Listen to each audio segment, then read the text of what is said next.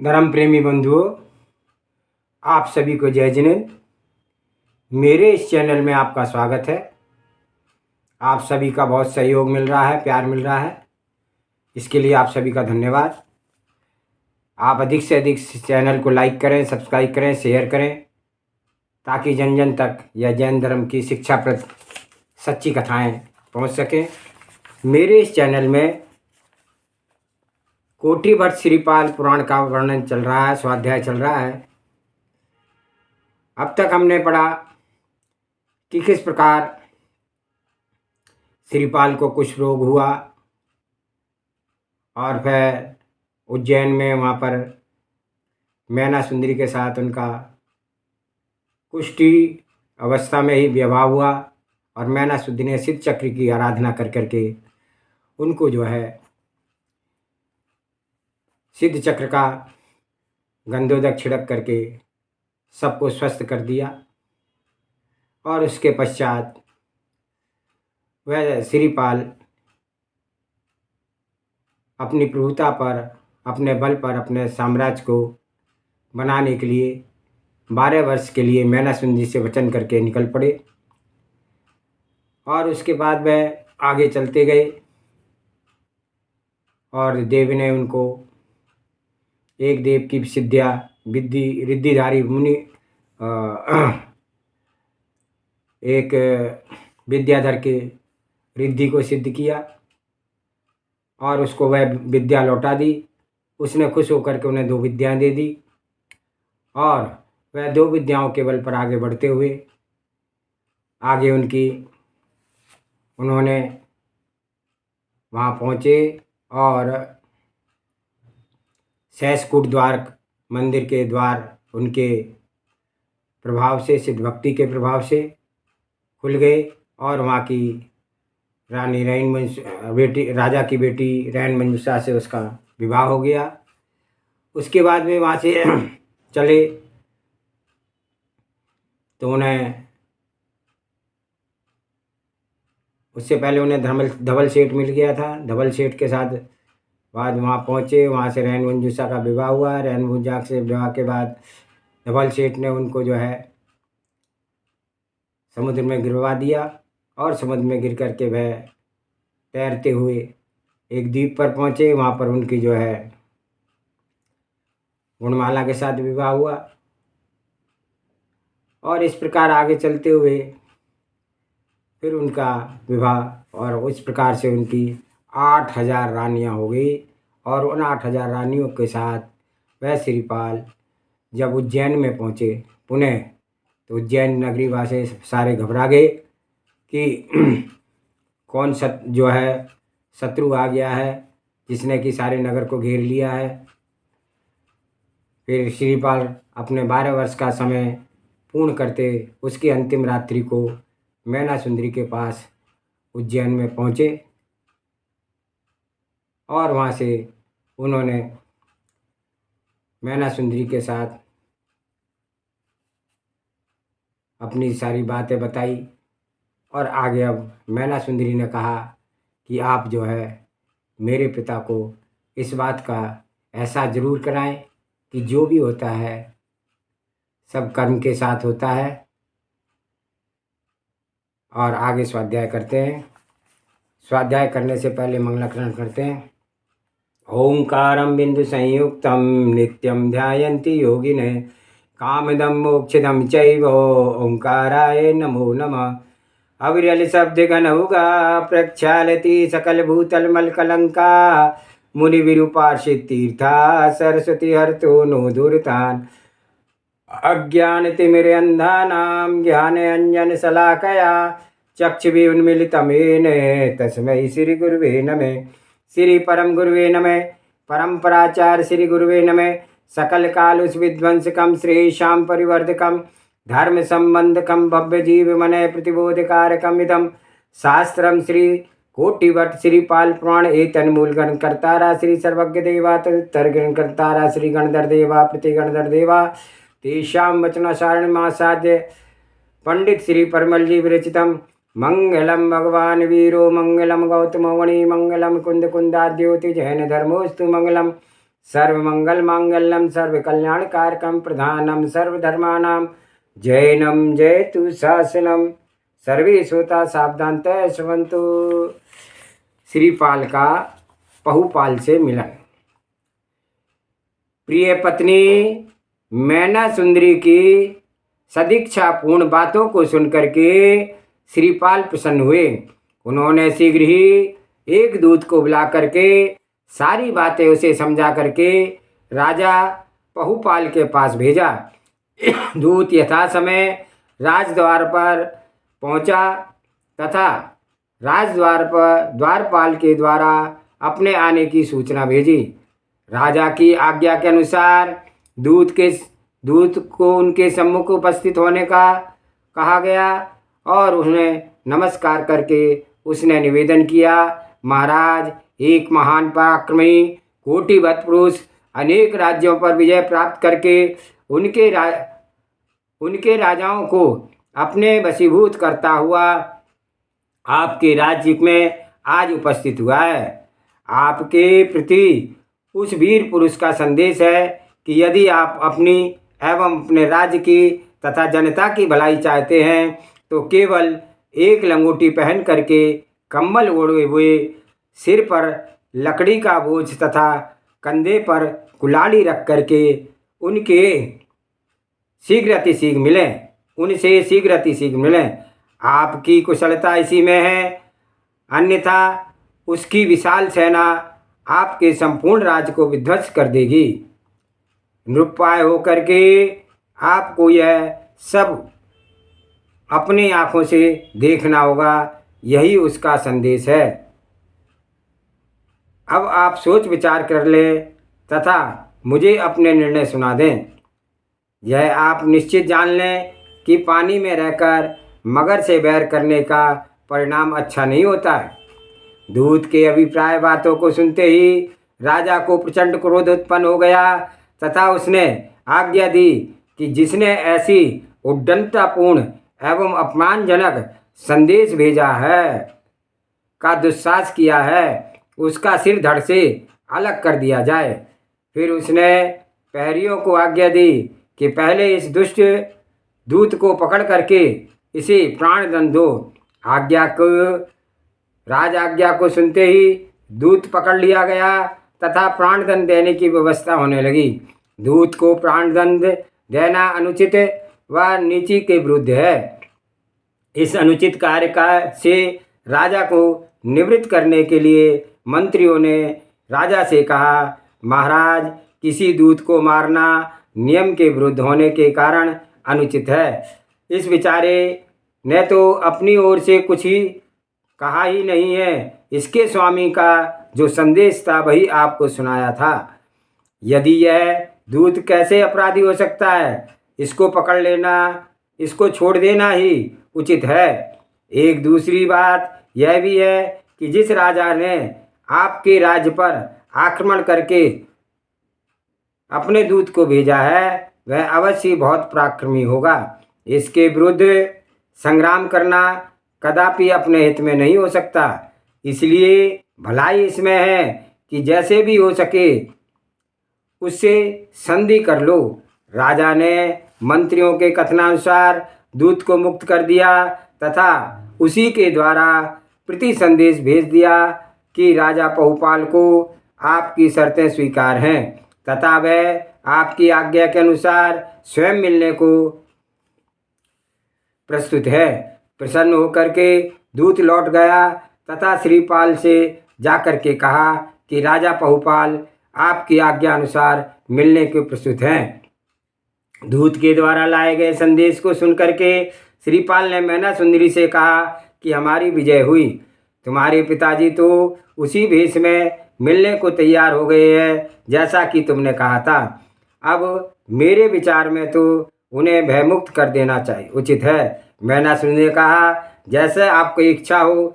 श्रीपाल ने पुनः उसी दूत को बुला करके राजा पहुपाल के पास संदेश भेजा कि वे चिंतित एवं भयभीत ना रहें। एक राजा दूसरे राजा का सम्मान करता है, इसलिए जैसे राजा लोग परस्पर मिलते हैं उसी ढंग से वे मुझसे मिलें। दूत ने जाकर के महाराज पहुपाल को यह संदेश सुना दिया।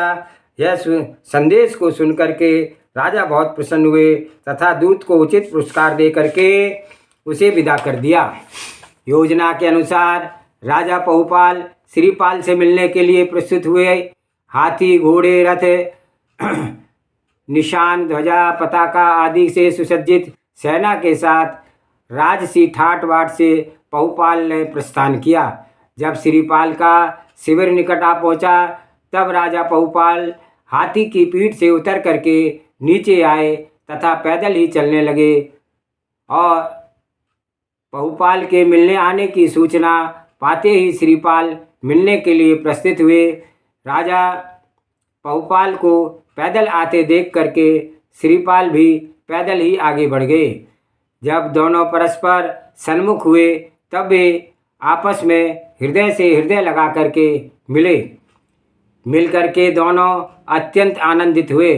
श्रीपाल को देखते ही राजा पहुपाल के हृदय में आत्मीय जन जैसे भाव हो उठे तथा श्रीपाल के मुख की ओर निहारते हुए राजा ने कहा, राज शिरोमणि, आपको देख करके मेरे हृदय में स्वतः ही स्नेह उत्पन्न हो गया है, किंतु मुझे ठीक स्मरण नहीं हो रहा है कि आप कौन हैं तथा मैंने आपको पहले कहाँ देखा है। राजा की बातों को सुनकर के श्रीपाल के अधर पर मुस्कान की रेखा फूट पड़ी तथा आह्लादपूर्वक उन्होंने कहा, महाराज, आप इतनी शीघ्र मुझे भूल गए। मैं आपका छोटा जमाता हूँ। मेरा नाम श्रीपाल है। मैं 12 वर्ष के लिए प्रदेश भ्रमण पर गया था। आपकी कृपा से आज मैं कुशल लौट आया हूँ। इस बात को सुनकर के राजा पहुपाल पुलकित हो उठे तथा श्रीपाल को पुनः गले से लगा लिया। तत्पश्चात परस्पर प्रश्नोत्तर हुआ तथा दोनों के अपूर्व पुनर्मिलन को देख करके सब लोग आनंदित हुए। सर्वत्र आनंद का वातावरण छा गया। तदंतर राजा पहुपाल अपनी पुत्री मैना सुंदरी के पास गए तथा उससे मिलकर के उन्होंने कहने लगे, बेटी, मैं बहुत ही लज्जित हूँ। मैंने तेरे प्रति बहुत बड़ा अपराध किया है। तू मुझे क्षमा कर दे। तू धर्म के रहस्यों को जानने वाली है, शील की पालन करने वाली है। मैं इस विषय में नितांत अनभिज्ञ था। इसी कारण से मुझसे अपराध हो गया। पिता की बातों को सुनकर के मैना सुंदरी ने नम्रता से अपना सिर नीचा कर लिया और उसका हृदय द्रवित हो उठा। उसने अपने पूज्य पिताजी को मन ही मन क्षमा कर दिया और उसके बाद राजा पहुपाल रैन मंजूषा, गुणमाला, चित्रलेखा आदि श्रीपाल की अनन्य पत्नियों से मिलकर के बहुत प्रसन्न हुए। श्रीपाल एवं उनके संपूर्ण दल को वे साथ राजा आनंद पूर्वक नगर में प्रवेश किया। इस उपलक्ष्य में इस दिन नगर विशेष रूप से अत्यंत सुंदर रूप से सजाया गया। आनंदोत्सव मनाया गया एवं घर घर में गान वाद्य की मुखरित हो उठे। राजा ने श्रीपाल का अभिषेक कराया एवं बहुमूल्य वस्त्राभूषण प्रदान किए और तदंतर दोनों आनंद पूर्वक रहने लगे। श्रीपाल का चंपापुर में प्रवेश। जब श्रीपाल को उज्जैन में रहते हुए कुछ समय बीत गया तब एक दिन उन्होंने मन में सहसा यह विचार उठा कि उनकी प्रदेश यात्रा का उद्देश्य अभी अपूर्ण ही रह गया है, क्योंकि अभी तक उन्होंने कोई ऐसा कार्य नहीं किया जिससे कि पितृकुल की कीर्ति को फैलाया जा सके। अभी तक तो वे वही राजजमाता ही बने हुए हैं। अतः उन्होंने स्वदेश जाकर अपना राज्य पुनः प्राप्त करना चाहिए। ऐसा विचार कर वे राजा पहुपाल के पास पहुँचे और अपने स्वदेश जाने की इच्छा प्रकट की। राजा उनको इच्छा को विरोध नहीं कर सके और उन्होंने आज्ञा दे दी। निदान श्रीपाल अपनी 8000 पत्नियों तथा विशाल सैन्य दल के साथ वहीं से चल पड़े। विदाई के समय राजा पहुपाल तथा अन्य राजाओं ने भी उन्हें यथेष्ट उपहार प्रदान किए। जब श्रीपाल का दल नाना प्रकार के बाजे गाजे बजने लगे, 10 दिशाएं मुर्खित हो उठी, चारों ओर कोलाहल सा मच गया, धूल से सारा आकाश मंडल व्याप्त हो गया। एवं अंधकार सा छा गया। सेना के पदभार से पृथ्वी हिल उठी एवं भय से त्रस्त शत्रु अपनी रक्षा हेतु छिप गए। वातावरण भी कुछ ऐसा ही हो रहा था कि श्रीपाल का दल जहाँ भी पहुँचता वहीं खलबली सी मच जाती थी। इस प्रकार अपनी विजय पताका फहराते हुए अनेक देशों को, पर्वत, जंगल, नदी आदि, खाई आदि को पार करते हुए वे जब चंपापुर के निकट पहुँचे तो चंपापुर के चारों ओर शिविर डाल करके सब लोग ठहर गए। बस इस विशाल सेना को देख करके नगरवासी भयभीत उठे एवं आतंकित होकर के परस्पर विचार विमर्श करने लगे। यह शक्तिशाली राजा अपने नगर में कहाँ से आ गया तथा एवं इसका अभिप्राय क्या है। श्रीपाल के मन में भी यही विचार उत्पन्न हुआ कि अब अकारण देर करना उचित नहीं है। वे अपनी बिछड़ी हुई प्रजा से मिलने के लिए व्याकुल उठे। प्रजा वात्सल्य राजा अपनी प्रजा के लिए अधीर ही उठना स्वाभाविक है। उन्होंने जब नगर के अंदर जाने का निश्चय प्रकट किया तो उनके मंत्रियों ने कहा, स्वामी, नगर में जाना अभी उचित नहीं है। प्रथम अपने दूत के द्वारा वहाँ के राजा को संदेश भेज देना चाहिए। यदि राजा वीरदमन सहज स्वभाव से मिलने के लिए आ जाते हैं तो ठीक है, पर यदि वे आपको राज्य वापस सौंपने का हिचकिचाहट करने लगें तो बाध्य होकर के हमें युद्ध करना होगा। राज्य पाकर मोह का हो जाना कुछ असंभव नहीं है। अपने हाथ में आई हुई वस्तु को कोई भी सहज रूप से दूसरे को कैसे सौंप देगा। दूत भेजने से यह निश्चित हो जाएगा कि उसके मन का भाव कैसे है।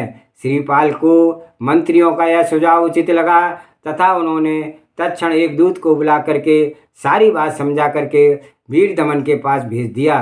दूत वीरदमन के दरबार में पहुंचकर एवं राजा को नमस्कार करके निवेदन किया, महाराज, अतुल ऐश्वर्य से युक्त होकर के राजा श्रीपाल आज चंपापुर आए हैं। आप शीघ्र ही उनसे मिलें एवं उनका राज उन्हें सौंप दें। इस समाचार को सुनकर के वीरदमन तो पहले ही बहुत प्रसन्न हुआ एवं श्रीपाल के कुशल मंगल पूछा, परंतु दूसरे ही क्षण जब उसने श्रीपाल की अतुलनीय वैभव प्राप्ति की वृतांत सुना एवं उसके द्वारा राज्य को वापस मांगने की इच्छा सुनी, तब वीरदमन को मनोभाव बदल गया एवं उसने क्रोध भरे स्वर में कहा कि दूत, क्या तू इस बात को नहीं जानता कि राज्य एवं स्त्री केवल मांगने से नहीं मिलते हैं, उन्हें पाने के लिए बाहुबल से नितांत आवश्यकता पड़ती है। बिना वीरता दिखाए राज्य प्राप्त कर लेना कठिन ही नहीं असंभव भी है। ऐसा जिस राज्य को प्राप्ति के लिए पुत्र अपने पूज्य पिता को, भाई को, अपने सहोदर भाई को, मित्र को, अपने अनन्य मित्र को भी मार डाल सकता है, उसी राज्य को श्रीपाल भिक्षा में के द्वारा मांग करके प्राप्त करना चाहता है। बिना युद्ध किए एवं अपना बाहुबल दिखाए राज्य कदापि नहीं मिल सकता है। राज्य के लिए तो चक्रवर्ती भरत ने भाई बाहुबली पर चक्र चलाया था। राज्य हेतु के लिए विभीषण अपने भाई रावण का नाश कराकर कारण हुआ था। कौरव एवं पांडव का महाभारत भी राज्य ही के लिए ही हुआ था। फिर मैं क्या श्रीपाल के मांगने पर राज्य दे दूंगा? जाकर के कह दे, मैं राज्य कदापि नहीं दे सकता। श्रीपाल के बाहुबलों में यदि बल है तो वह रणांगण में उतरे, युद्ध हो, राज्य अधिकार का निर्णय कर सकता है। वीरदमन की बातों को सुनकर के दूत ने उन्हें समझाने की उन्हें नम्रता पूर्वक कहा, राजन, आपके इस प्रकार हट करने से कुछ लाभ नहीं हो सकता। श्रीपाल की वास्तविक शक्ति एवं सामर्थ्य को आप अभी तक नहीं जान पाए हैं। वह अनन्य पराक्रमी कोटिभट्ट पुरुष हैं। अनेकों राजा उनके अधीन पहले ही स्वीकार कर चुके हैं। श्रीपाल महामंडलेश्वर राजा शिरोमणि हैं। उनके अनेकों राजा महाराजा उनके साथ रण हेतु प्रस्तुत है। श्रीपाल की विशाल सेना पूर्णतः जय है। आप हट ना करें एवं उसके संधि कर लें। इससे आपका एवं प्रजा का कल्याण है। श्रीपाल राजा होते हुए भी नीतिज्ञ है। राज्य मिल जाने पर आपको किसी भी प्रकार का अनिष्ट नहीं करेंगे, बल्कि पितृतुल्य आदर करेंगे। हट से आपको हानि उठानी पड़ेगी। दूत के उपदेशपूर्ण बातों को सुनकर के वीर दमन को अब अत्यधिक क्रोध आ गया एवं उन्होंने आवेश में गरज करके कहा, दुष्ट, श्रीपाल की बड़ाई करते तुझे तनिक भी लज्जा नहीं आती? मेरे सामने ऐसी धृष्टा करता है, लगता है कि तू मेरे पराक्रम से अभी परिचित नहीं है, अन्यथा ऐसी बातें करते हुए तुझे सोचना पड़ता। बड़े बड़े पराक्रमी राजा महाराजाओं को तो मैं विषाद ही क्या है, जब स्वयं इंद्र, चंद्र एवं खगेंद्र आदि भी मेरे सम्मुख रणांग में स्थिर रहने की शक्ति एवं साहस नहीं कर सकते, तब तुच्छ श्रीपाल को क्या समझूं?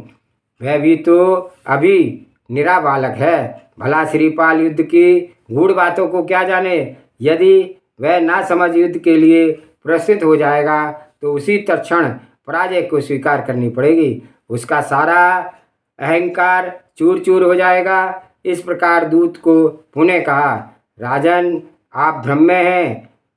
यह आप नहीं बल्कि आपका मिथ्याभिमान बोल रहा है। आप मेरा कहना माने एवं मन में मिथ्या भान को दूर करें।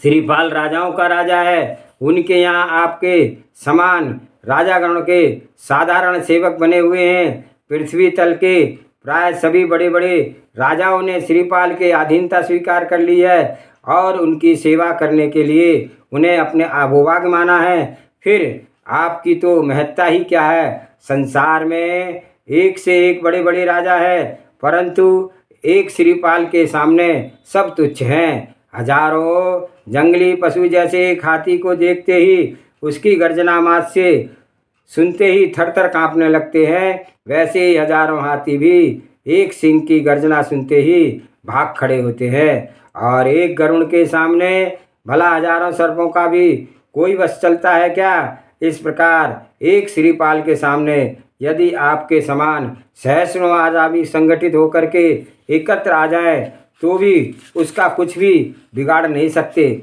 प्रत्युक्त महापराक्रमी के एक ही प्रचंड प्रहार से सब के सब घमंड तत्काल ही चूर्ण विचूर्ण हो जाएंगे। चाहे तो वह सबको एक ही प्रहार से धराशायी कर सकते हैं। कहने का तात्पर्य है कि एक होने पर भी उनमें अनेकों की शक्ति विद्यमान है। दूत की बातों को सुनकर वीर दमन के तन में एक ज्वाला सी लहर उठ गई और क्रोधान्ध होकर के उसने कहा, अरे वाचाल, बकवास बंद कर। तू शीघ्र मेरे सामने से दूर हो जा। यदि तू दूत न बन करके नहीं आया होता तो अवश्य तुझे प्राणदंड का अपराधी बना दिया गया होता, परंतु क्या किया जाए, व्यवस्था है। राजनीति में दूत को मारना नीति के विरुद्ध माना गया है। फिर तुझे जैसे सामान्य सेवक को मारने मेरे लिए अवांछनीय ही नहीं है। जिस श्रीपाल की तू भूरी भूरी प्रशंसा करता है, क्या मैं उसे नहीं जानता? अरे वह तो मेरा बालक ही है। मैंने उसे गोद में खिलाया है। कोढ़ी हो जाने पर वह घर छोड़ करके भाग गया। क्यों? वही तो तुम्हारे श्रीपाल है ना। उसके पास इतनी सेना कहाँ से आ गई जो आज मुझसे ही लड़ने का साहस कर बैठा है। जा रहने दे। छोटे मुंह बड़ी बात ना कर। मैं तेरे श्रीपाल के बल पराक्रम को अच्छी तरह से जानता हूँ। क्या अपने को ही प्रमाणित करने पर तुल्य हुआ है? इस बार दूत ने कुछ कठोरता के साथ कहा, देखिए, मैं बार बार आपको चेतावनी दे रहा हूँ कि आप अपने मिथ्याभिमान को छोड़ दें, किंतु आपकी मानते ही नहीं। आपको यह विदित होना चाहिए कि किसी का भी अभिमान सदा नहीं रह सकता। अभिमान के ही कारण चक्रवर्ती होने पर भी भरत को बाहुबली के हाथों अपमानित होना पड़ा था। घमंडी रावण को लक्ष्मण के हाथों जीवन गंवाना पड़ा था। भीमसेन की अभिमानी दुर्योधन का मान मर्दन किया था। श्री कृष्ण ने जरासंध के घमंड को पूर्ण रूप से विनष्ट किया था। जब ऐसे बड़े बड़े वीर पुरुष का भी अभिमान नहीं रह सका तो आप जैसे सामान्य पुरुष की तो बात ही क्या है। मैं आपसे फिर कहता हूँ कि अपना अभिमान छोड़ दें, अन्यथा आपका कल्याण नहीं है। श्रीपाल की अधीनता स्वीकार कर लीजिए, उसकी सेवा करने में ही आपकी भलाई है, अन्यथा उसके संकेत देने वर्ष की देर है और उसकी आज्ञा पाते ही कोई भी वीर पल भर भी में आपका सर्वनाश कर डाल सकता है। दूत के अभिमान भरी बातें सुनकर के वीर दमन के लिए क्या असहाय हो उठी और उन्होंने सैनिकों को आज्ञा दी कि इसकी खाल शरीर से अलग करके इसमें भूसा भरवा दो। यह बिल्कुल डरता ही नहीं है, मेरे सामने ही बार बार मेरी निंदा व अपमान कर रहा है। राजा की कठोर आज्ञा सुनकर के मंत्रियों ने निवेदन किया, महाराज, दूत पर क्रोध कर उसे दंडित देना अनुचित है। कि दूत अवध्य होता है, उसका तो कार्य ही ऐसा है। स्वामी की बातों का औचित्य सिद्ध करने के लिए उसे कठोर से कठोर वचनों का प्रयोग करना ही पड़ता है। इसलिए ये किसी भी राज दरबार में दंड नहीं पाते हैं। आपको इसके साहस की सराहना करनी चाहिए। शत्रु के व्यूह में प्रवेश कर भी यह एकदम निडर है। अपने स्वामी की बातों को समर्थन में इतनी युक्तियां उपस्थित कर रहा है, इसमें पूर्व आत्मबल एवं आत्मविश्वास है। जहाँ इसका कोई भी सहायक नहीं होता है, वहाँ पर भी चक्री की निंदा कर अपने स्वामी की कीर्ति पताका फहराने का भरपूर प्रयत्न करता है। इसके हृदय में अपने स्वामी की भलाई का ध्यान कूट कूट कर भरा रहता है। दूत की निर्भीकता एवं प्रशंसा की जाती है तथा उन्हें उचित पुरस्कार दिया जाता है। आपके लिए भी यही उचित होगा कि इस दूत को उचित पुरस्कार दे करके अपना प्रति संदेश भेज दें। दूत को दंड देने से आपका अपयश होगा और अपने स्वामी के बल पर ही इसे गर्व रहता है। दूसरों की प्रसन्नता या अप्रसन्नता का ध्यान इसे कभी नहीं रहता है। इसे तो जो कहना है वह निर्भीक होकर के कह डालता है। वीर दमन पर मंत्रियों की बातों का उचित प्रभाव पड़ा। उसने अपना निर्णय बदल डाला और कहा, वीर दमन ने मंत्रियों की और तथा मंत्रियों के कथनानुसार दूत को पुरस्कार स्वरूप बहुत सारा धन दे करके उसका सम्मान किया एवं श्रीपाल के पास अपना प्रति संदेश भेज दिया। संदेश में लिखा, युद्ध में जिसकी विजय होगी वही राज्य का अधिकारी होगा। राजा को नमस्कार कर दूत अपने शिविर में चला गया तथा श्रीपाल को अरिदमन का संदेश पढ़ने को दे दिया। आज का स्वाध्याय ही समाप्त करते हैं। जावानी के ज्ञान से सूझे लोकालोक, सो वाणी मस्तक नमो सदा देत हूँ दो। हे जिन वाणी भारती तोय जपो निर्णय, जो तेरी शरण आ गए सो पावे सुख चैन। देव भजो अरिहंत को गुरु सेवा निर्गंत, दया धर्म पालो सदा यही मोक्ष का पंथ। 9 बार नमोकार मंत्र।